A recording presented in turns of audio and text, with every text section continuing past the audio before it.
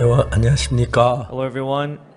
mwese ndashima Imana kuba dufite iki cyiciro cya mu gitondo cya A na B. Twagize umutima wo gutegura ku buryo icyiciro cya mu gitondo cya A kiyoborwa n'umuhungu wanjye cyaba akaba ari njye ukiyobora. Ndashima Imana ko mfite umuryango ubwiriza ijambo ry'Imana. Nagize amahirwe yo kumva ijambo ry'umuhungu wanjye kandi mbishimira Imana.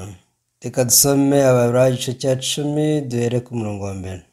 Ndasoma Abaheburayo igice cya 10 duhereye ku murongo wa mbere. Ubwo amategeko ari igicucu cy'ibyiza bizaza, akaba adafite ishusho yabyo ubwabyo, ntabwo yabasha gutunganya rwose abegera igicaniro batunganishije ibitambo bahora batamba uko umwaka utashye. Iyo abibasha ntibaba bararorereye kubitamba, kuko abasenga baba barareshejwe rwose ntibaba bakimenyaho ibyaha, ahubwo bahora bibutswa ibyaha byabo n'ibyo bitambo uko umwaka utashye. Erega ntibishoboka ko amaraso y'amapfizi n'ay'inka akuraho ibyaha. Nicyo cyatumye ubwo Yesu yazaga mu isi avuga ati, ibitambo n'amaturo ntiwabishatse, ahubwo wanyiteguriye umubiri. Ntiwishimiye ibitambo byokeje cyangwa ibitambo by'ibyaha.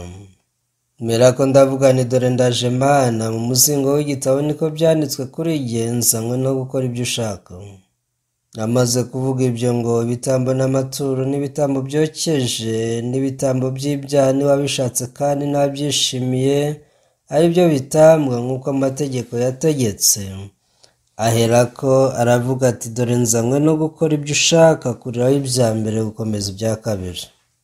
Uko gushaka kw'Imana niko kwatumye twezwa, tubiheshejwe n'uko umubiri wa Yesu watambwe rimwe gusa ngo bibe bihagije iteka. Ubu turi kugira igiterane mu gitondo A na B mu byiciro bibiri. Ubwo twagiraga akaruhuko ka mbere, natumiye Mushumba Rim na Kim ngo dufate ikawa. Ntabwo usanzwe nkunda ikawa cyane, ariko yinguriye yimpaye ndayinywa. Igihe twanywaga ikawa, buri wese yafashe agakombe k'ikawa. Igihe twasangiraga ikawa ku igorofa rya kabiri, twitegura kujya mu cyiciro cya kabiri. Icyanyoye kuruta iyo kawa ni icyiciro cya kabiri, mu gihe twabaga dufite Bibiliya zacu zirambuye, dufite umutima umwe, dusangira ijambo ry'Imana twamarana isaha yose turi kumwe. Ese ibi ni iby'umugisha bingana iki? Iki gitabo cy'Abaheburayo ntabwo ari abashumba benshi bakibwirizaho. Abenshi batekereza ko kigoye cyane. Nkanjye kugeza ubu sindabona umushumba wabwirije ko iki gitabo cy'Abaheburayo. Birashoboka ko igitabo cy'Abaheburayo dusoma gitandukanye n'icy'abashumba bo muri Koreya abandi basoma. Ariko iyo ndi gusoma igitabo cy'Abaheburayo mbona uburyo Imana yankoreye kugira ngo idukize ibyaha byacu. Uko niko Imana yadutekerejeho bigaragara muri iki gitabo. Uko mbitekerejeho ntekereza ku mutima w'Imana. Iyo umutima wawe uhuje n'uw'Imana wandikishije iki gitabo cy'Abaheburayo, numva njye nezerewe cyane. Umunsi umwe nagiye mu mujyi wa Philadelphia, nasuye itorero rimwe mpuza abashumba baho. Hari umushumba umwe, ntabwo ari uwo mu itorero ryacu no mu rindi torero, aturuka mu itorero rinini rifite abakristo bagera mu bihumbi. Ubwo yamaga ikarita y'akazi yari yanditseho ngo isezerano rishya. Nabaje ni se mushumba wabuze isezerano rishya icyo bivuze? Ati simbizi neza, ntangira kubimusobanurira. Ubundi rero isezerano bivuga icyo wasezeranijwe, sibyo? Ni rero isezerano rishya uzaribona neza ko ryagaragajwe muri Yohana 8 mu nkuru y'umugore wafashwe asambana. Hari amasezerano abiri. Hari isezerano rya mbere akaba n'irya kabiri. Niyo mpamvu irya kabiri turyita isezerano rishya. Imana yayoboraga Abisirayeli ubwo yabakuraga mu Egiputa bayoboje Mose yagiye ku musozi wa Sinayi. Mose yazanye ijambo ry'Imana abwiriza abantu. Arababwira ati, nimwitondera amategeko yanjye, nzabagira ubwoko bwanjye n'ishyanga rikomeye. Ariko nimutayitondera muzavumwa. Abisirayeli baravuga bati ibyo Uwiteka byose adutegetse tuzabikora, nimwubahiriza amategeko yanjye nzabaha umugisha, ariko nimuyica nzabavuma. Abisirayeli barabyemera bati rwose tuzabikora. Iyo rwose bayubahiriza Imana yari kubaha umugisha. Ase ni bangahe bayubahirije? Habe n'umuntu n'umwe wabashije kubahiriza amategeko nk'uko yari yarasezeranye nabo. Nta guhitamo kundi yari ifite uretse kubavuma. Umunsi wa mbere bakira ibisate bibiri byanditseho amategeko, na mbere y'uko bashyikamo bari bamaze gukora ikigirwamana kibajwe mu izahabu. Amategeko aravuga ati ntukiremere igishushanyo kibajwe cyangwa gisa n'ishusho yose iri hejuru mu ijuru cyangwa hasi, ariko bari bamaze kwiremera igishushanyo kibajwe kandi nta mahitamo, Imana yagombaga kubavuma. Ako kanya Mose yahise amena bya bisate bibiri byanditsweho amategeko. Kuri uwo munsi wonyine abantu 3,000 barapfuye. Yari yababwiye ngo nimuyubahiriza muzahabwa umugisha, ariko nimuyica muzavumwa. Abantu b'uyu munsi nabo numva mbagiriye impuhwe kubera ko Imana yaremeye Abisirayeli ibindi bisate by'amabuye ariko ibishyira mu isanduku. Irangije yashyizeho igipfundikizo, izina ryacyo ngo ni intebe y'ihongerero. Muri y'icyongereza bayita intebe y'imbabazi. Ubwo amategeko yazaga mu isi, iyo babana n'amategeko afunguye imbere yabo, uko buri wese yishe itegeko, bagomba kuvumwa umunsi ku wundi kugira ngo Imana ibagirire impuhwe. Mu gihe amategeko afunguye imbere yabo, nta buryo Imana yari kubagirira imbabazi. Niyo mpamvu yashyize mu isanduku, irangije irapfundikira. Hanyuma ishyiraho abakerubi batanze amababa hejuru y'iyo ntebe. Imana nifuzaga ko bareba muri ayo mategeko, nifuzaga ko bafungura iyo sanduku. Mu gihe cy'umutambyi Eli yimitse abahungu be, abahungu ba Eli aribo Hofuni na Finehasi, kubera ko yagombaga gutoranya abatambyi bazamukurikira. Eli yatoranyije Hofuni na Finehasi ngo babe aribo bazamusimbura nk'abatambyi. Ariko ubwo Abisirayeli barwanaga intambara bagatsindwa, bafashe iyi sanduku y'ibihamya bayijyana ku rugamba batekereza ko batsinda. Ariko Hofuni na Finehasi barapfuye, Eli arapfa. Ariko ikibabaje kurushaho ni uko abantu b'Imana cyangwa abakozi b'Imana mu gisekuruza cye bose bashize. Byari bibaje cyane. Kuva icyo gihe nta wari usigaye mu Bisiraheli wajya gufata isanduku y'isezerano. Nshimira Imana cyane ko nubwo ndi umuntu mubi, umunyantegenke, ufite ibyo abura, ariko muri iyi si mbona tugifite abantu b'Imana babasha kubwiriza ijambo ry'Imana. Muri iki gitondo mbonye umuhungu wanjye abwiriza ijambo ry'Imana, nari nishimye cyane. Ntabwo mvuga ko ari umuntu ko ari mwiza cyangwa se ko abishoboye. Hano dufite umushumba Rim, dufite umushumba Kim, dufite Hanmok, dufite Kim Kisang, bose baraje. Ubwo umushumba Kim Kisang yazaga, mu by'ukuri sinari nzi uburyo ibyo byashoboka. Umushumba Kisang Kim yijanditse mu cyaha cy'ubwicanyi. Mubabare kubivugaho, ariko yamaze igihe kinini muri gereza.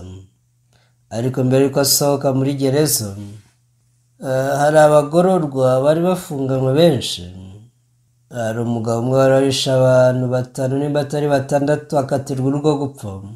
Yumvishe ubutumwa bwiza, amaze kwizera ubutumwa bwiza, buri munsi yajyaga asoma Bibiliya ari muri gereza. Umushumba Kim Kisang icyo gihe nibwo yahuye nawe baraganira. Hanyuma nawe aza kwakira imbabazi z'ibyaha bye. Amezi 3 mbere y'uko asohoka muri gereza, Imana yaramukoreye. Yakoreye Kim Kisang abantu beza kurusha abandi muri gereza, bagara abayobozi b'amadini ya Gikristo, abakatolike, abaramya Buddha n'andi madini. bajyaga bitanga cyane bakitangira abandi bagororwa ubundi bakanabwiriza. Ariko ikintu kidasanzwe, iyo basohokaga muri gereza, abenshi muri bo babaga bamaze imyaka irenga 10 muri gereza. Muri iyo myaka yose ntabwo bajyaga bakora ibyaha, batekerezaga ko batazongera gucumura. Ubwo basohokaga baravuga bati rwose ntituzagaruka hano, intoki zacu zirera twarakarabye. Ariko bava muri gereza hadashize n'igihe, bamwe nyuma y'amezi 3, abandi nyuma y'amezi 6, abandi nyuma y'iminsi mike bakagaruka. Iki ni cyo umushumba Kisa Kim yatekerejeho. Icyo gihe yari amaze kwakira imbabazi z'ibyaha bye, Mwuka Wera yari yarinjiye mu mutima we. Abayobozi ba Gikristo, Abakatolika, abayobozi b'Abakatolika, abayobozi b'Ababudisite batekereza ko batazongera gucumura na rimwe, kubera ko bakiri muri gereza batashobora gukora ibyaha. Ariko iyo basohokaga barongeraga bagakora ibyaha bibagarura muri gereza. Yaravuze ati nanjye ningenda ntekereza gutya bizandangira nangarutse muri gereza. Ati rero icyo gihe narangiza ubuzima bwanjye bwose muri gereza, ni ibintu bibabaje cyane, sinshaka kugaruka. Ati aba bantu babaga ari beza cyane kuruta ukundi, ese ko bagarutse ndinde wo kutagaruka muri gereza? Yabitekerejeho. Na buryo na bumwe yari afite, agira ubwoba ati nta kabuza nzagaruka muri gereza. Ati ariko sinshaka kugaruka hano. Umunsi umwe hari igitekerezo cyamujemo. Ati ibi sinabasha kubyikorera, nkeneye umuntu, nkeneye abantu bamfasha. Nubwo yari amaze kwizera Imana, ariko iby'ubukristo nta kintu yari abiziho. Wari waramufashije kumva ubutumwa bwiza we yari yamaze kwicwa kuko yari yarakatiwe urwo gupfa. Ariko yaramusigiye igitabo cyamuyoboye ku kwakira imbabazi z'ibyaha. Yasomye ijoro ryose yakira agakiza. Icyo gihe nibwo yatawe ko ibyaha bye byose byababariwe. Rero kugeza icyo gihe umuntu yari azi wenyine ni amazina y'uwanditse icyo gitabo. Yaje gushaka uburyo amuvugisha batse dore ndi mu bibazo nk'ibi, ese kuko ntiwamfasha? Ati amatariki n'aya banyemereye kuzarekurwa muri gereza. Ati ariko mfite ubwoba ko nagaruka muri gereza nkeneye ubuyobozi bwawe mushumba Paka. Ubwo Dejan nicyo gihe nemereye umushumba Kim kuza ku rusengero. Naramwakiriye mu icyumba ndamubwira nti noneho guma hano. Yamaze icyumweru mu itorero ryanjye. Icyumweru gishize yari afite umutima wo gusohoka. Yajyaga agakora amatoilette akayoza neza, agakora amasuku hose mu rusengero. Yari afite umutima ushima wo kuba mu itorero cyane. Yari umuntu wishimiye kuruta abandi kuko yamaze amezi 3 akavuga ati dore we amezi 3 arashize n'asubira muri gereza. Ibyishimo n'umunezero n'amashimwe yari afite mu mutima we nta wundi muntu wari ubifite. Yahoze afite impano yo gukina umupira. Yari umuntu mwiza kubera ko ntiyajyaga aheba ikintu na kimwe. Twaje kumuyobora kujya mu ishuri rya teolojiya ndetse turanamushyingira. Birumvikana ko kuva icyo gihe kugeza ubu hari igihe yahungabanwaga mu buzima bwe. Ubwo isanduku y'isezerano yagarukaga, Eli yari yarapfuye, abahungu be bombi barapfuye, na mutambyi n'umwe wari usigaye wakwakira isanduku y'Imana. Ariko mu itorero ryacu dufite abagaragu b'Imana benshi babwiriza ubutumwa bwiza, babwiriza ijambo ry'Imana. Dufite amagana y'abashumba b'abamisiyoneri babwiriza ubutumwa bwiza hirya no hino ku isi. Abakiriye Yesu mu mitima yabo bose babwiriza ibya Yesu. Muri iyi myaka yashize twakomeje kugira abagaragu b'Imana babwiriza ijambo ry'Imana. Ibyo mbishimira Imana cyane. Ntabwo ari ngiye gukora uyu murimo. Iyo ndebye uburyo Imana ikora umurimo wayo birantangaza cyane. Ubwo nasengaga naravuze nti Data Mana, mu majyepfo ya Pacifique harimo ibirwa byinshi. Ese hari ahantu ninde uzajya muri biriya birwa ngo ababwirize ubutumwa bwiza? ni dore muri Afurika hari abantu benshi sinzi uko babayeho. Ese ninde usajya akabwirizayo ubutumwa bwiza? Icyo gihe nari mfite agahinda kenshi n'amarira, ariko abo bose Imana yarabaduhaye. Muri iki gitondo abashumba bacu bateranye turaganira, bose batanze ubuhamya bw'uburyo Imana ibakorera. Byari ibintu bihebuje cyane, ariko igishimishije gishishikaje kurushaho, misiyoneri mu itorero ryacu hari ikintu babasha gukora. Bose babasha kubwiriza ku gitabo cy'Abaheburayo. Mu bashumba bo muri Koreya ntawe ubasha kuvuga kuri icyo kigero ku gitabo cy'Abaheburayo, ariko mu itorero ryacu ubwiye abashumba kuvuga ku gitabo cy'Abaheburayo bavuga ntibasoze. Ntabwo bazi kuvuga Igiheburayo nk'ururimi, ariko babasha kuvuga ku gitabo cy'Abaheburayo. Iyo urebye iki gitabo cy'Abaheburayo wumva urukundo ruzamuka mu mutima wawe, uti ni gute abantu batazi iri jambo. Igice cya 10 ngo ubwo amategeko ari igicucu cy'ibyiza bizaza akaba adafite ishusho yabyo ubwabyo. Nta nubwo abashumba benshi bumva Abaheburayo igice cya 10 ngo ni igicucu cy'ibyiza bizaza, ngo ntafite ishusho yabyo. Ese kuki bavuga ko ari igicucu cy'ibyiza bizaza atari ishusho yabyo ubwabyo? Ntabwo babyumva. Ubwo amategeko ari igicucu cy'ibyiza bizaza akaba adafite ishusho yabyo ubwabyo, ntabwo yabasha gutunganya rwose abegera igicaniro batunganisha ibitambo bahora batamba uko umwaka utashye. Ntabwo amategeko ari ukuri, ni igicucu. Ntabwo bashobora kubyumva. Ese babisobanura gute? Babati igitabo cy'Abaheburayo kiragoye cyane, ntabwo mbasha kubyumva ibi. Ni gake cyane bashaka kuvuga ku gitabo cy'Abaheburayo, ariko abashumba mu itorero ryacu bararambura bati Abaheburayo igice cya 10 avuga gutya na gutya, babisobanura nk'uko umuntu anywa amazi. Navuga ati dore mu nda harandiye, mushumba ngwino ubwirize mu mwanya wanjye. Bose babwiriza ku iki gitabo nk'uko umuntu anywa amazi, kuko kiroroshye cyane kuri bo. Akabanda bumva ngo ari ibintu bikomeye, ngo amategeko ni igicucu. Iyi ni inkuru ubundi yoroshye cyane. Ngo amategeko ari igicucu cy'ibyiza bizaza akaba adafite ishusho yabyo ubwabyo, ntabwo yabasha gutunganya rwose abegereye igicaniro batunganisha ibitambo bahora batambuka umwaka utashye. Iyo abantu bumvisha iby'amategeko abenshi batekereza kuri ya yandi 10 yo ku bisate by'amabuye. Ayo niyo batekereza ko ari amategeko y'Imana gusa. Ariko iyo usomye ibitabo 5 bya Mose, Itangiriro, Kuva, Kubara, Abalewi, Gutegekwa kwa kabiri, ibyo byose bizwi nk'ibitabo by'amategeko. Gutanga amaturo nabyo bikorwa uko amategeko abivuga, ariko amategeko avuga hasi ya yandi 10 ahubwo ni amategeko agendanye n'ibitambo. Ariko biri kuvuga ngo aya mategeko si ukuri, ni igishushanyo, ni igicucu. Murabyumva?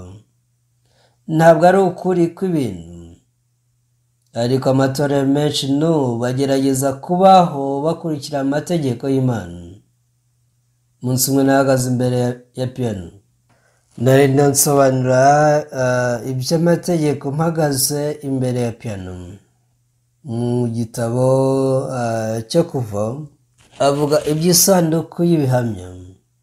Iyo sanduku yari ikoze mu giti cy'umushita itwikirijweho zahabu, ariko avuga ko ibisate 2 by'amategeko byashyizwe muri iyo sanduku.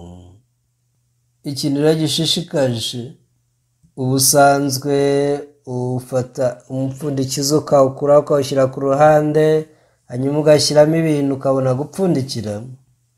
Ariko usomye, reka dusome gato mu gitabo cyo Kuva ibice 25. Kuva ibice 25 umurongo wa 21 aranditse ngo ushyire iyo ntebe y'ihongerero kuri ya sanduku uyishyiremo ibihamya nzaguha. Intebe y'ihongerero ni ya ntebe y'imbabazi, ni wa mupfundikizo. Gushyira intebe y'ihongerero bivuze gushyiraho igipfundikizo ugapfundikira. Ese mwebwe ntimujya mushyira ibintu nko muri firigo, urabanza ukayifungura ugashyiramo ibintu ukabona kuyifunga, sibyo? ubusanzwe urafungura ugashyiramo ibyo ushyiramo hanyuma ukongera ugafunga, ariko ubwo nasomaga hano narahatinze cyane. Ni ukubera iki babanza gushyiraho intebe y'ihongerero? Ngo bashyiraho intebe y'ihongerero ku isanduku bakabona gushyiramo ibihamya Imana yabahaye. Ni gute wapfundikira hanyuma ugashyiramo ibintu?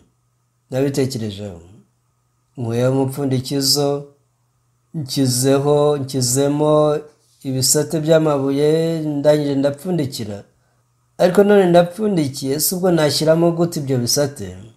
Uko nabitekerejeho kose sinashobora kumva igitekerezo na kimwe. Iyo bavuga ko wenda babanje gushyiramo ibi bihamya nyuma bagapfundikira, byari kumvikana byoroshye.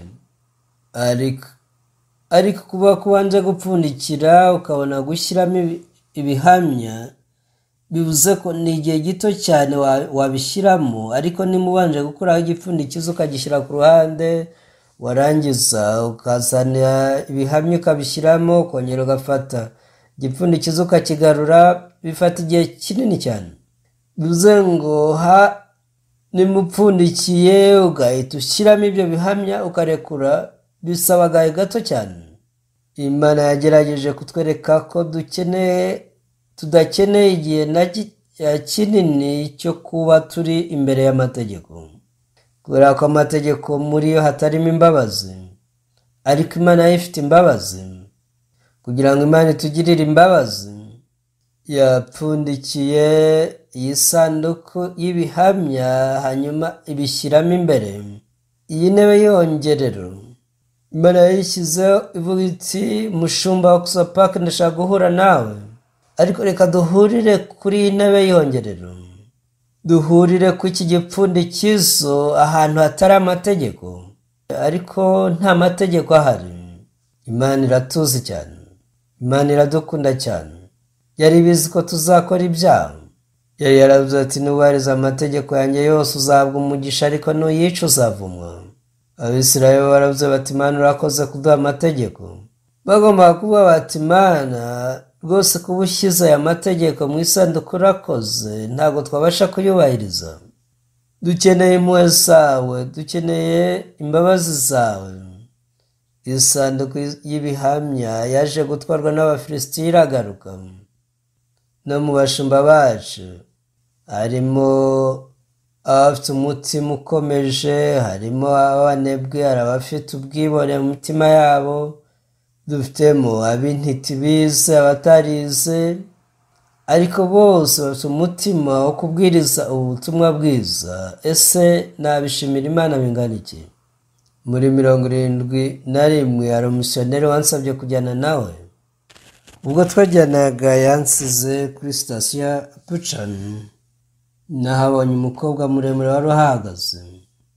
Hari hafi ya Inshani, niho nariye ifunguro rya saa sita, ariko ryarimo umunyu mwinshi ku buryo ntaryibagirwa. Icyo gihe nibwo naje kurongora. Ngo uwo mukobwa wangaburiye ibiryo birimo umunyu mwinshi niwe naje gushakana nawe. Muri 72 hari ibintu byinshi umugore wanjye yankoreye kandi byiza. Kimwe muri byo nuko yambyariye umukobwa mwiza wa mbere ku isi. Nyuma ye yambyariye n'umuhungu. Abana banjye inshuro nyinshi bagiye bicwa n'inzara.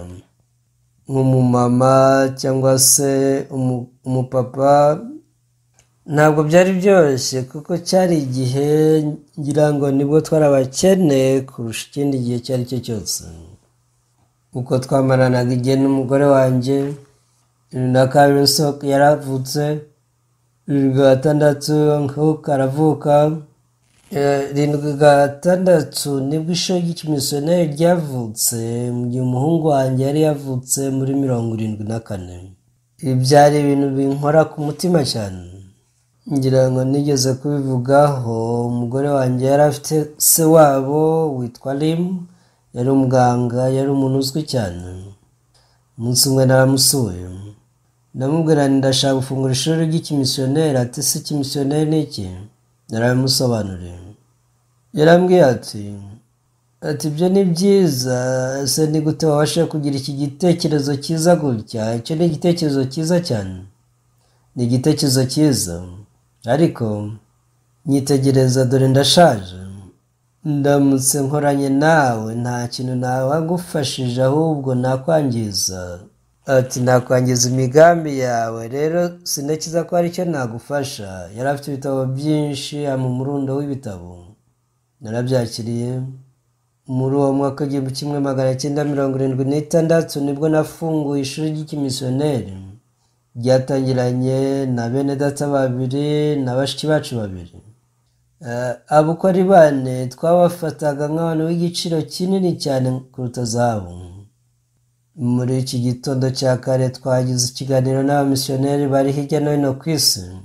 Nubwo igihe cyariho kidusiga, abantu benshi bashaka kuvuga batanga ubuhamya, ariko twagomba kubahagarika. Uburyo Imana yakoreye muri bo, by'umwihariko bavuze kuri filimi twagize muri iki gihe yabaye iya mbere. Twagize korali ya mbere ku isi, twagize umukuru wa mbere ku isi. Imana yaduhaye ibintu byinshi byiza, ntabwo rero nabihakana ko rwose Imana ikunda ivugabutumwa dukora, ariko inshuro nyinshi nyabwana ese Mana ni kuki wankijije?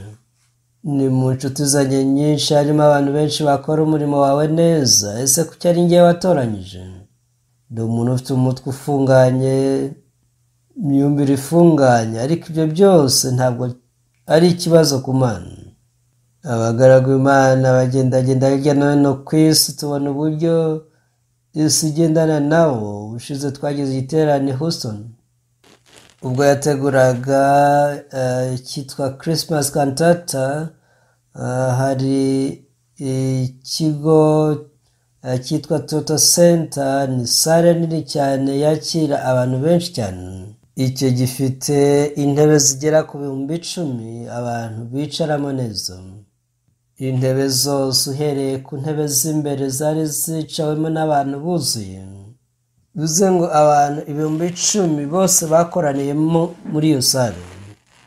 Mu minsi yashize naravuze ni se mwene data Park, ni gute wabasha gukora ibintu nk'ibi ngibi? Gukodesha iyo sale ijoro rimwe bisaba 125 by'amadolari, amadolari 125, kandi bafite abayoboke 20 gusa mu itorero. Ariko muri uwo mujyi hari abashumba benshi bumvishe ubutumwa bwiza kuri twebwe bakira agakiza. Ubwo bumvaga ko turi kwategurira igiterane cya kantata, baraje barabaza ati se ni hehe muzakorera? Tuti ni muri Toyota Center. Bati mugomba kwishyura amadolari 125 kandi mufite itorero ritoya gutya. Abashumba batangiye kwandika amasheke, bamwe bakandika 1,000 cy'amadolari, abandi 2,000, abandi 3,000. Babashe gukusanya amadolari 125. Ikindi kuba hakuzura byibuze intebe 1,000 cyangwa 2,000 nabyo ntibyari byoroshye. Ariko abo bashumba bazanye n'abayoboke babo bose mu nsengero zabo. Muzi cyabaye, hari umuyobozi wa CTN muri uwo mujyi yaje kumbwira ati ngwino dukorane ikiganiro. Yazanye n'itsinda ry'abantu bafata ikiganiro. Yarambwiye ati njye navukiye muri Pakistan, ariko ubwo nazaga muri Amerika naje kuba umuyobozi w'iki gitangazamakuru cya CTN hano. Yambwiye ati pasiteri wamfashije tukazajyana muri Pakistan. Ubu ikibazo nakiza ko uyu mwaka nzajya muri Pakistan, ariko sinzi ururimi rwawo, sinzi uburyo Imana izantegurira umusemuzi. Ariko nabyumvaga nashimiye Imana cyane. Amategeko ni igishushanyo, ntabwo ari ikintu cy'ukuri. Ni igishushanyo cy'iki? Ni igishushanyo cya Yesu. Mu itegeko wagomba kwica ikimasa, ugafata amaraso yacyo cyangwa intama. Bibiliya iravuga ngo nguyu umwana w'intama w'Imana ukuraho ibyaha by'abari mu isi. amategeko badusobanura ngo Yesu yaraje barabidukorera, ariko abantu bagerageza gutsindishizwa no kubahiriza amategeko no gukora imirimo yabo myiza, ariko baramutse badakemuye ikibazo cy'icyaha ntabwo bajya mu bwami bw'Imana. Amategeko abavuga kuri intama w'Imana ari we Yesu wapfuye mu mwanya wacu, ariko amategeko yatweretswe nk'igishushanyo, nk'igicucu. Ati dore iyi ntama yakiriye ibyaha byawe, dore ipfuye mu mwanya wawe, ipfira ibyaha byawe, ariko iki ni igicucu. Ati ishusho y'ukuri izaza, Yesu azaza. Yesu nazi ibyaha byawe byose bizozwa. Ibi nibyo hano hasobanura. Abantu batekereza ngo ninubahiriza amategeko nzabona umugisha. Abisirayeli bishe amategeko yose baravumwa.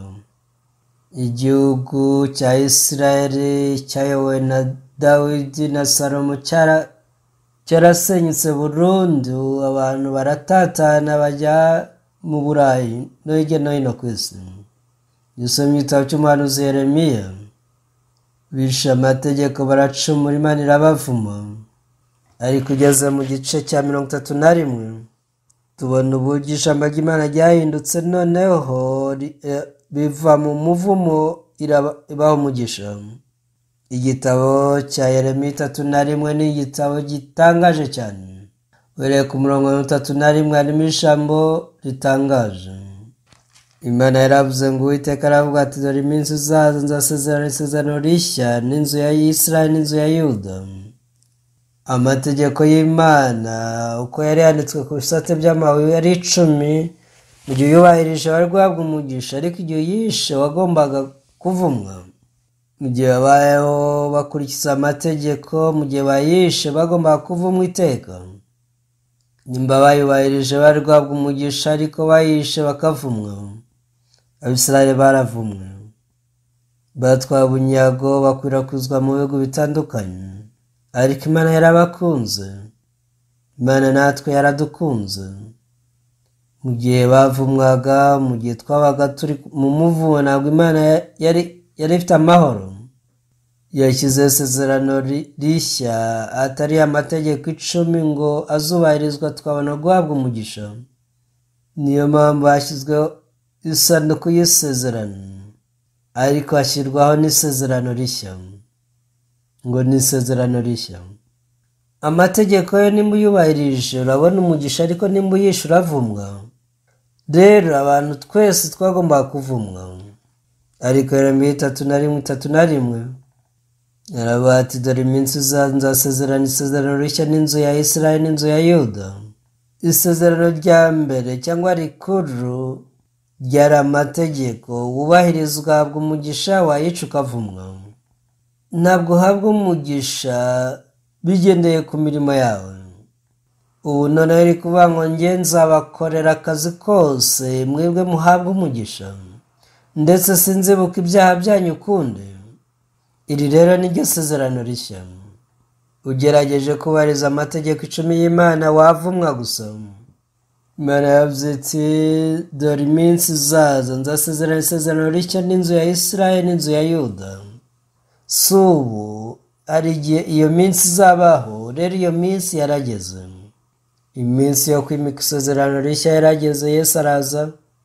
Umunsi umwe Abafarisayo n'abanditsi bazanye umugore bafashe asambana, bamuzanira Yesu. Abatsi tumufasha asambana, kandi dufite itegeko rya Mose. Mu mategeko yadutegetse kumwicisha amabuye, se wowe urabivugaho iki? Yesu yunamye hasi yandika ku butaka inshuro 2. Inshuro ya mbere yabibukije amategeko 10 y'Imana. Ku nshuro ya kabiri yongeye kwandika. Se yanditse iki? Yanditse isezerano rivuga ngo kuko nzababarira gukiranirwa kwabo, kandi ibyaha byabo sinzabyibuka ukundi. Mu isezerano rishya, utitaye ku byo twakoze, Imana yavuze ngo nzababarira gukiranirwa kwanyu, kandi ibyaha byanyu sinzabyibuka ukundi. Uramutse ucira urubanza ukoresheje isezerano rishya, abantu mwese mwahinduka batsindishirijwe. Ariko uramutse ucira urubanza ukoresheje isezerano rya kera, nta kabuza wavumwa. mu mategeko dusabwa kugira ibyo dukora, hanyuma ibyo byakozwe nibyo bituma tugira ingaruka nziza cyangwa mbi. Ariko mu isezerano rishya Yesu niwe wagombye gukora, twebwe twakira ingaruka nziza z'ibikorwa bye. Uko niko Imana yababariye ibyaha byacu byose. None Abaheburayo igice cy'icumi umurongo wa mbere avuze ngo ubwo amategeko ari igicucu cy'ibyiza bizaza akaba adafite ishusho yabyo ubwabyo. Mbere ko Yesu aza hicwaga intama, ihene, ibimasa, ariko ubwo Yesu yazaga yarapfuye amena amaraso ye. Si twebwe twoza ibyaha byacu, Yesu yogeje ibyaha byacu. Yesu niwe wenyine wabasha kubikora neza. Yesu niwe wabasha koza ibyaha byacu. Ibi ni byo tugomba kwizera. Abantu benshi bashaka umugisha wanyuze ngo mu kubahiriza amategeko, ariko mu itorero ryacu Imana yaduhaye ubutumwa bw'igiciro cyinshi. Abantu benshi baracyaboshywe n'amategeko, baragerageza kuyubahiriza bagatsindwa, bakongera bakayigerageza bakayica. Abakuru b'itorero benshi bagiye gupfa bafite ubwoba bwinshi. Kurarwa n'umukuru w'igihugu Jonathan Mills yari umuntu mwiza, ariko agiye gupfa yagize ubwoba. Ese ni ukubera iki? Icyo gihe yakiboshywe n'amategeko ya mbere, itegeko rya mbere. Ariko birabangwa amategeko ni igicucu cy'ibyiza bizaza, ariko ntafite ishusho yabyo ubwabyo. Rero iki gicucu cyavugaga Yesu wagombaga kuza niwe wari ufite ishusho y'ukuri. Yaraje apfira ibyaha byacu, yahindutse umwana w'intama w'Imana, yarabambwe ku musaraba. Uko niko ibyaha byacu byogejwe birera kuruta urubura. Niyo mpamvu Yesu yabwiye umugore ati nanjye singuciraho iteka. Ariko Satani yahamye amaso y'abantu benshi. Ari benshi n'uyu munsi bakiboshywe. Imana yatwemereye gusangira ubutumwa duhamya ko Yesu yarangije umurimo we ku musaraba. Yarangije umurimo wo koza ibyaha byacu ku musaraba. Nzakomeza kuvuga ku Baheburayo igice cy'icumi. Nzabasobanurira mu buryo bwimbitse uburyo Yesu yogeje ibyaha byacu. Ibyaha byacu byashyizweho iherezo. Ubu ni bwo butumwa bwiza. Abashumba bacu mu itorero bose babana n'ubu butumwa bwiza. Mu bihugu bitandukanye babwiriza ubutumwa bwiza bukiza abantu. Nshimira Imana ko nanjye nyibasha kubwiriza ubutumwa bwiza. Ngo uko gushaka kw'Imana niko kwatumye twezwa, tubeshejwe no ku mubiri wa Yesu watambwe rimwe gusa kugeza iteka ryose. Yesu yakuyeho ibyaha byacu by'iteka ryose. Yesu yatanze igitambo cy'iteka cy'ibyaha. Aravuga ngo kuko abezwa batunganishije rwose igitambo kimwe kugeza iteka ryose. Haleluya, amen. Ndishimira Imana, ndayishimira kubiduha uyu mwanya waho tubasha kumva ubutumwa bwiza. Imana yadukije ibyaha byacu. Ese twari kubona ubutumwa bwiza muri iyi si gute? Abantu benshi bakita abanyabyaha kubera ko bakiboshywe n'amategeko. Hashize imyaka irenga 200 Yesu Kristo abambwe ku musaraba. Ubu turi muri 2022, tugomba kubwiriza ubutumwa bwiza. Amen. Ibyo tuzabikora sibyo? Mureke dutangire uyu mwaka wa 2022 binyuze mu kanwa kawe. Ndizera ko Imana izasohoza ugushaka kwayo, kandi nawe uzakira umugisha. Murakoze cyane, reka dusenge. Data Mana, turagushimye. Mu maraso ya Yesu niho twogerejwe ibyaha byacu, ubu turabakiranutse. Twese twari tufite gukiranirwa kumeze nk'ubushwambagara bafite ibizinga, ariko twakijijwe kubw'amaraso ya Yesu. Ibi nibyo biri gutangazwa mu isi yose. Komeza abashumba bene data bose babwiriza ijambo ryawe. Tubisenze mu izina rya Yesu, amen.